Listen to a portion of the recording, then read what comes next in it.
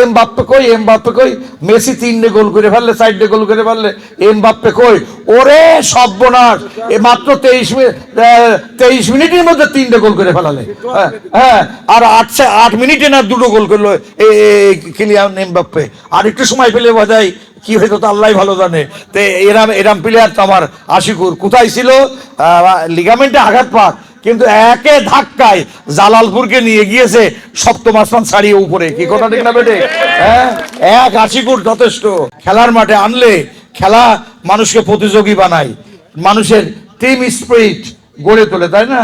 এবং তারা তাদের স্কিলফুল ডিভাইস, হ্যাঁ, কৌশলগত device, dribbling and drizzling and tackling at the same time, football খেলার যে আর্ট অফ স্কিল আছে সেগুলো কিন্তু শেখা যায়। দেখেন, ফুটবলের যে ওয়ার্ল্ড কাপ হয় এটাকে বলা হয় গ্রেটেস্ট শো অন আর্থ। পৃথিবীতে সবচেয়ে বড় প্রদর্শন হলো ফুটবল। এই জন্য ফুটবল খেলার যে এটা একটা রচনা, এটা একটা বিজ্ঞান, এটা একটা কি বলা যাবে, এটাও একটা স্কিল, এটা একটা ডিভাইস, এটা একটা কৌশল। হ্যাঁ, এখানে বুদ্ধি লাগে, বিবেক লাগে, হেকমত লাগে। হ্যাঁ, এটাও একটা বিজ্ঞান, একটা সাইন্টিফিক ওয়েতে। বর্তমান ফুটবল খেলা তো শুধু খেলা না, এটা বিজ্ঞানও আছে এর পেছনে লুকিয়ে। তা আমি মনে করি আগামীর সমস্ত প্রতিবন্ধকতা, 1952 সালে পেলের বাপের চোখের পানি মুছে দিল পেলে। 1958 সালে 17 বছর কয়েক মাস বয়স, 17 বছরের পেলে বাজ পাখির মতো উড়ে গিয়ে সে ফাইনাল খেলায় বাচ্চা মানুষ 2টো গোল করলো একদম বাজ পাখির মতো গিয়ে। তার সঙ্গে কারোরই তুলনা করা হয় না, কিলিয়ান এমবাপ্পেকে তুলনা করা হচ্ছে। এমবাপ্পে সে কিন্তু অল্প বয়সে সে ওয়ার্ল্ড কাপের একটা বিস্ময়। গত ওয়ার্ল্ড কাপে মনে করলাম এমবাপ্পে কই, এমবাপ্পে কই, মেসি 3টে গোল করে ফেললে, 4টে গোল করে ফেললে, এমবাপ্পে কই? ওরে সর্বনাশ, এ মাত্র 23 মিনিটের মধ্যে 3টে গোল করে ফেলালে। হ্যাঁ, আর 8 মিনিটে না 2টো গোল করলো কিলিয়ান এমবাপ্পে। আর একটু সময় পেলে বোধহয় কি হয়তো তো আল্লাহ ভালো জানে।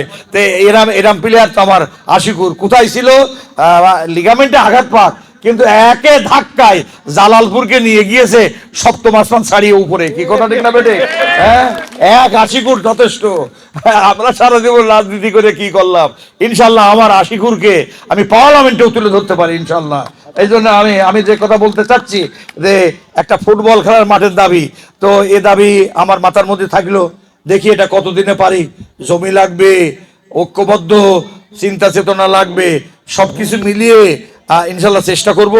এরপরে যে মাদ্রাসার কথা বলছে, আমার আনাস তো আজকে বলছে, আমি ইন্টারিম গভর্নমেন্টের আমলে এই জালালপুর মাদ্রাসা 10টা তালিকায় 12টা মাদ্রাসা, 2টো মাদ্রাসা আমি এমপি হওয়ার আগে 3.25 কোটি টাকা এনে দিয়ে, 3 কোটি টাকা 6 লাখ কম 3 কোটি টাকা এনে দিয়েছি হরিন্দিয়া মাদ্রাসা আর কোটচাপুর আলিয়া মাদ্রাসার 3 কোটি টাকা এমপি হওয়ার আগে। আর মসজিদ মন্দিরগুলোকে আমি 50,000 করে টাকা দিয়েছি, 10টা। এভাবে জানা যায় না তো, নিজে ঢাকে বাড়ি না দিলেও মলম বিক্রি হচ্ছে না, এখন আজান হয়ে যাচ্ছে কবর ডাকি। তাহলে জালালপুর মাদ্রাসা 2 বছর আগেই তালিকায় ছিল, সরকার পরিবর্তন না হলে এই মার্চের মধ্যে আমরা টাকা পেয়ে যেতাম। কথা কি বোঝা গেল? অতএব আপনারা চিন্তা করছেন এখন, আর আমি আগে চিন্তা করে বসে আছি। 55টা রাস্তাঘাটের তালিকা আমি দিয়েছি এলজিডিতে, আমি এলজিডিতে দেখা করেছি, এবং যে রাস্তাগুলো বলছে নতুন না, এগুলো অলরেডি তালিকাভুক্ত করেছি। হ্যাঁ, অতএব চাওয়ার আগে আমি চিন্তা করেছি। অতএব অত সহজে ছোট্ট একটা জায়গা থেকে একটা এমপি কি বেরিয়ে আসে? তাই আমি মনে করি এই মাটি আমার আশিকুরকে জন্ম দিয়েছে, এই মাটিতে এই আমাদের গুণীজনদেরকে জন্ম দিয়েছে, আমিও তাদের সাথী। আসুন সকলে মিলে মিলিব, সকলে মিলিয়া আশিকুরির মতো সন্তান তৈরি করিব। হ্যাঁ, হে আরশে আজিমের মালিক, তাকে তুমি কবুল করো, তার অসুস্থতা দূর করে দাও। 66 সালে উইলিয়াম টারাস নামক ইংল্যান্ডের একটা প্লেয়ার পেলেকে মেরে আহত করে ঝোড়াই করে মাঠ থেকে পাঠিয়ে দিয়েছিল ব্রাজিল, হেরে গিয়েছিল। গ্যারিংসা তখন ভালো প্লেয়ার, রিডি ভালো প্লেয়ার, এই জন্য সে পেলে আবারও ওয়ার্ল্ড কাপ নিয়েছে, 3টে নিয়েছে। আমি আশা করি বাংলাদেশের পক্ষে বড়দের হয়ে জাতীয় ফুটবল টিমে সে আরেকটি বিজয় এনে দেবে ইনশাল্লাহ। আল্লাহ তাআলা আমাদের সকলকে এই সন্তানের লালন পালনে আমরা দোয়া করি, আমরা তার পাশে দাঁড়াই। আল্লাহ আমাদের সকলকে কবুল করুন, এবং আমাকে যেন সে বলে যে স্যার আমার এইটা প্রয়োজন, কি প্রয়োজন, দেখি আমিও তার সাথে একাকার হয়ে যাব।